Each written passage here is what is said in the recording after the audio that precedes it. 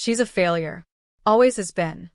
That's what my mother told the entire family when I left for grad school. She said it again when I didn't show up to Christmas. And again, when I didn't send money for my sister's third DUI bail. But I was there at the trial. Quiet. Uninvited. Sitting in the last row. My name is Dana. And from wherever you're watching this, stay with me. Have you ever been erased by your own family, only to return so powerful they couldn't even say your name? The courtroom was packed. My sister sat in a neat blouse, pretending to be innocent. My mother clutched her purse, whispering something about how this would all go away. And I sat alone, hands folded, jaw still. I had no intention of speaking. I just came to watch them. The same people who called me dramatic, ungrateful, invisible. The judge entered. He was mid-50s. Serious. One of those faces that didn't flinch even during murder trials. He skimmed through the file, glasses low on his nose, then paused. He looked up, scanned the room. His eyes landed on me. Stuck there. He squinted, then leaned slightly toward the mic and whispered, loud enough to shatter the silence. Wait, dear Governor Dana Walsh? You could have heard a pin drop. My sister's lawyer stammered. The court clerk dropped his pen. Even the bailiff turned. But my mother? She went pale. I didn't stand. I didn't smile. I just looked at the judge and nodded once. He straightened his posture immediately. We're done here, he said. This case is no longer being handled the way your family expected. Because the daughter they labeled a failure, the one they never invited, never supported, never respected, was the most powerful person in the room. And suddenly, their silence wasn't passive. It was fear. The air in the courtroom changed, sharp, electric. Like everyone had just realized they were standing too close to lightning. The judge cleared his throat. He addressed the room with new weight in his voice. I'd like to request a brief recess. But what he really meant was, what the hell is she doing here? Because governors don't just show up to routine DUI cases. Especially not in disguise. No security detail, no staff, no announcement. But I didn't come as a politician. I came as the daughter they threw away. As the sister they used for contrast. As the woman who was told, repeatedly, you're not one of us. I watched my mother lean toward my sister and hiss through clenched teeth. You didn't tell me she was coming. My sister didn't reply. She didn't need to. She just kept her eyes on the floor. Suddenly remembering every time she mocked my campaign behind my back.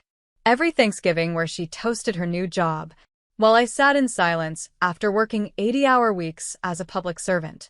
They thought I'd never make it past city council. They said I was boring, cold, too serious. But cold girls climb quietly, and when they reach the top, they don't shout. They decide. The judge walked over to me during recess. He took off his glasses. Governor, I had no idea. If I had known.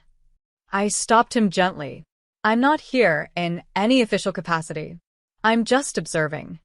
He nodded, but the message was clear. This case was no longer a family embarrassment. It was a career liability for him. The whispers started before the hearing resumed. Reporters in the hallway. Law clerks pretending not to stare. Even the opposing counsel leaned in and asked my mother, "Is that the Governor Walsh?" She didn't answer.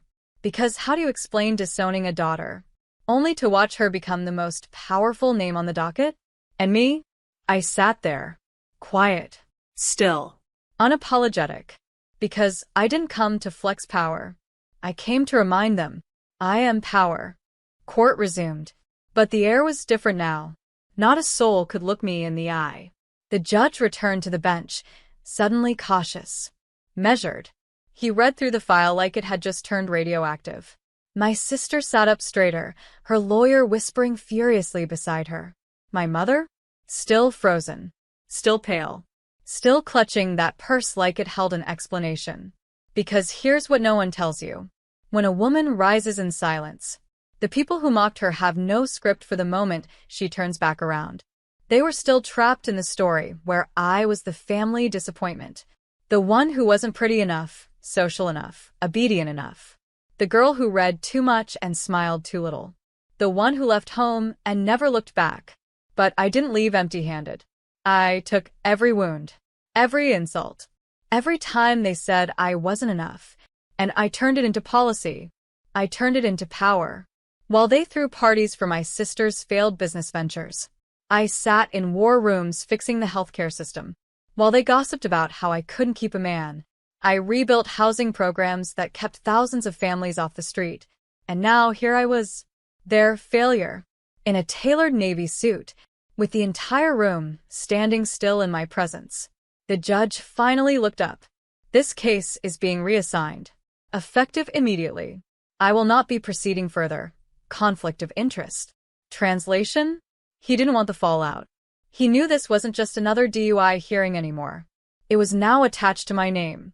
My sister's mouth opened. Finally. Dana, please. I turned to her. Slowly. Now you remember my name. Silence.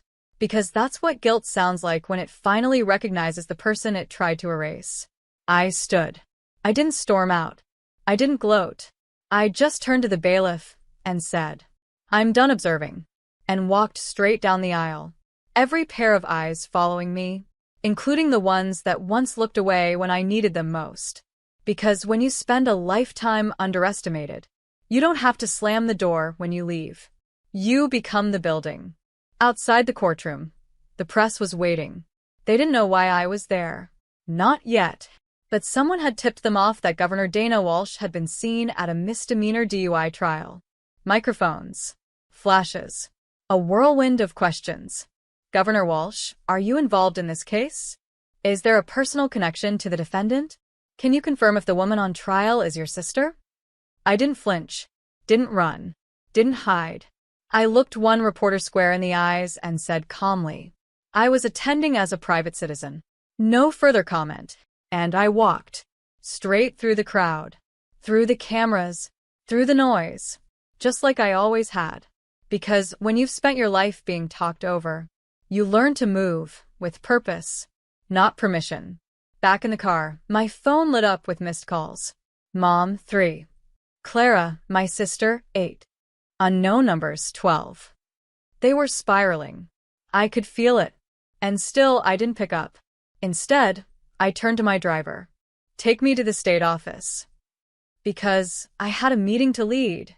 On foster care reform. A system my mother once said I wasn't emotionally stable enough to understand. And now I was rewriting it. That night, alone in my apartment, I finally opened my sister's texts. Dana, I'm sorry. You could have helped me. You could have warned me. Warned her? Warned her that I had survived years of being treated like the family embarrassment, that I turned shame into strategy, that while they mocked me, I was memorizing everything they stood for. So, I'd never build anything like it? No. I owed her nothing, but I did reply. You had their protection. I had their silence. You were raised to believe the world owed you grace. I was raised to believe I owed it everyone else. Now we're both grown women. And this time, I chose me. Delivered. Read. No response. The silence tasted better than any apology they could offer. Because this time, I wasn't the forgotten daughter in the back row. I was the headline. The one who outgrew their story. And started writing her own. The next morning, headlines hit every feed. Governor Dana Walsh attends sister's trial, legal system shaken. Family drama at the bench. Walsh's silent message echoes louder than words.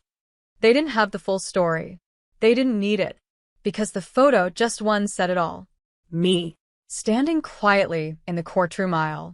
My mother frozen in shock. My sister turning toward me, mid-plea. The judge rising from his seat.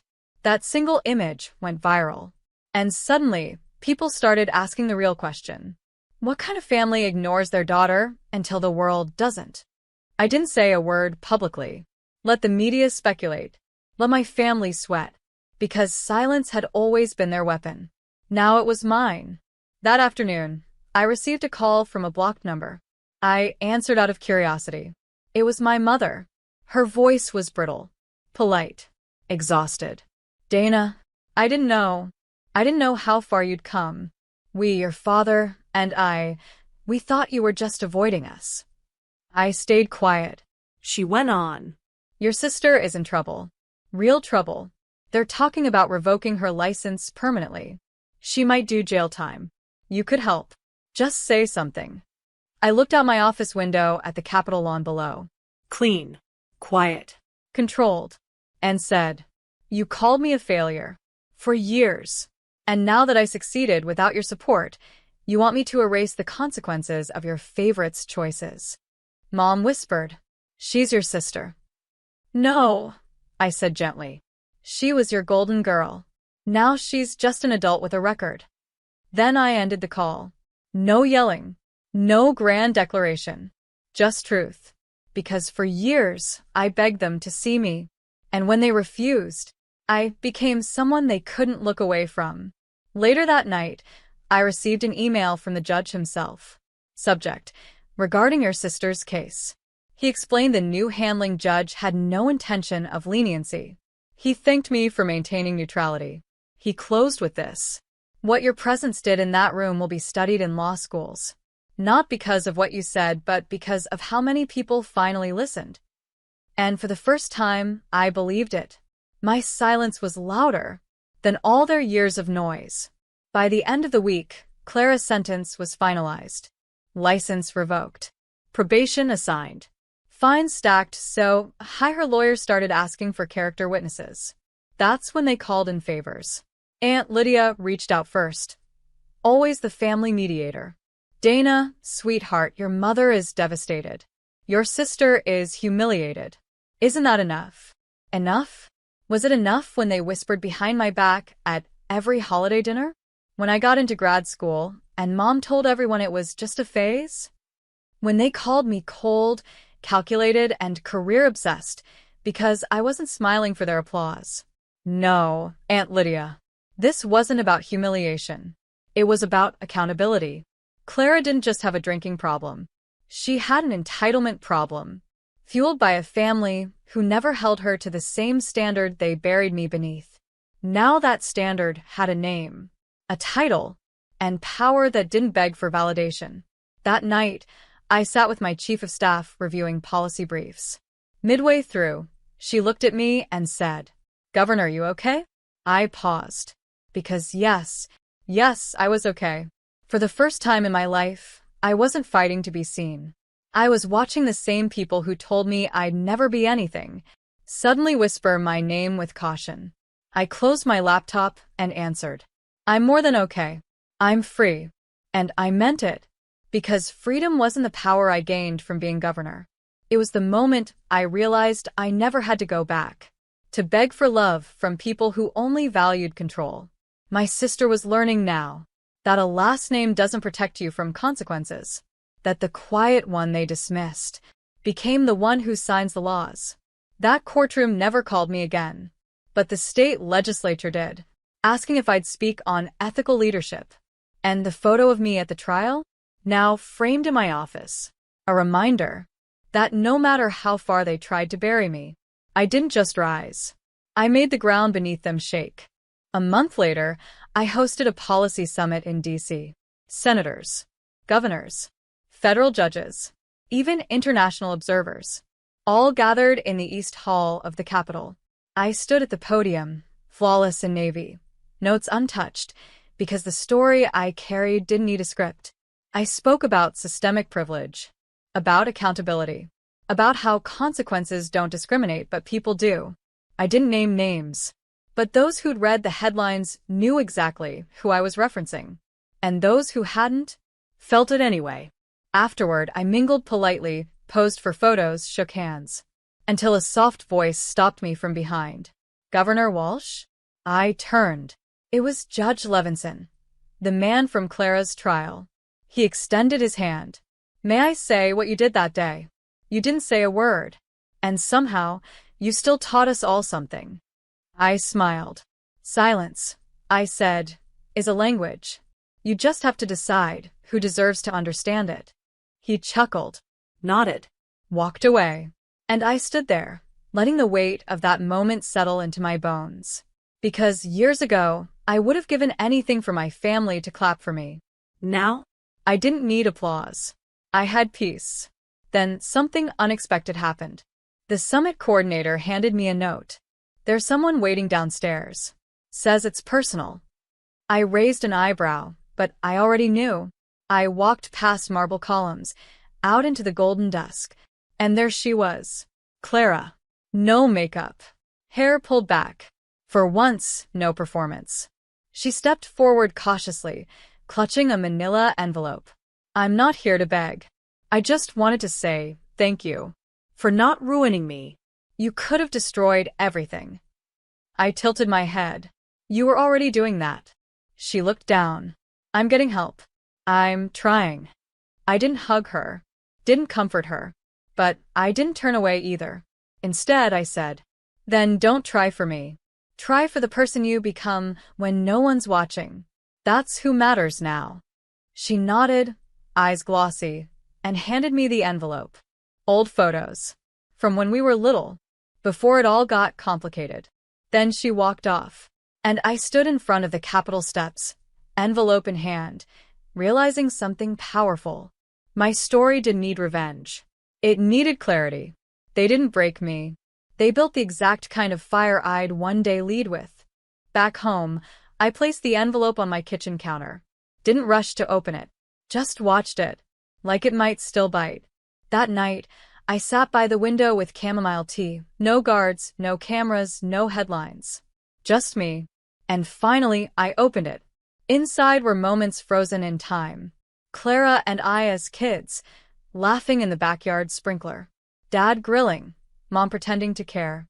One photo of me in oversized glasses, holding a science fair ribbon, standing alone. No one was clapping. Not even them. And still, I was smiling. Even back then, I knew how to celebrate myself. That little girl didn't need a crowd. She just needed someone to believe in her. And eventually she became that person. I stood up and framed that science fair photo, right next to my framed inauguration one. Two girls staring back at me.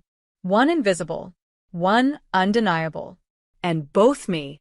The next morning, I declined a call from my mother, then blocked it.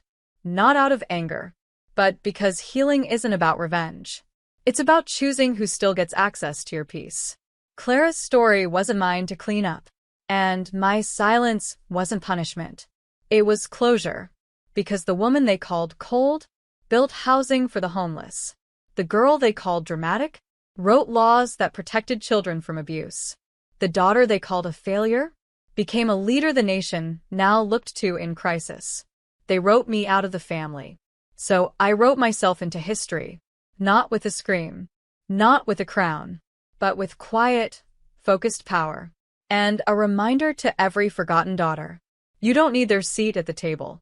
When the time comes, you build the room.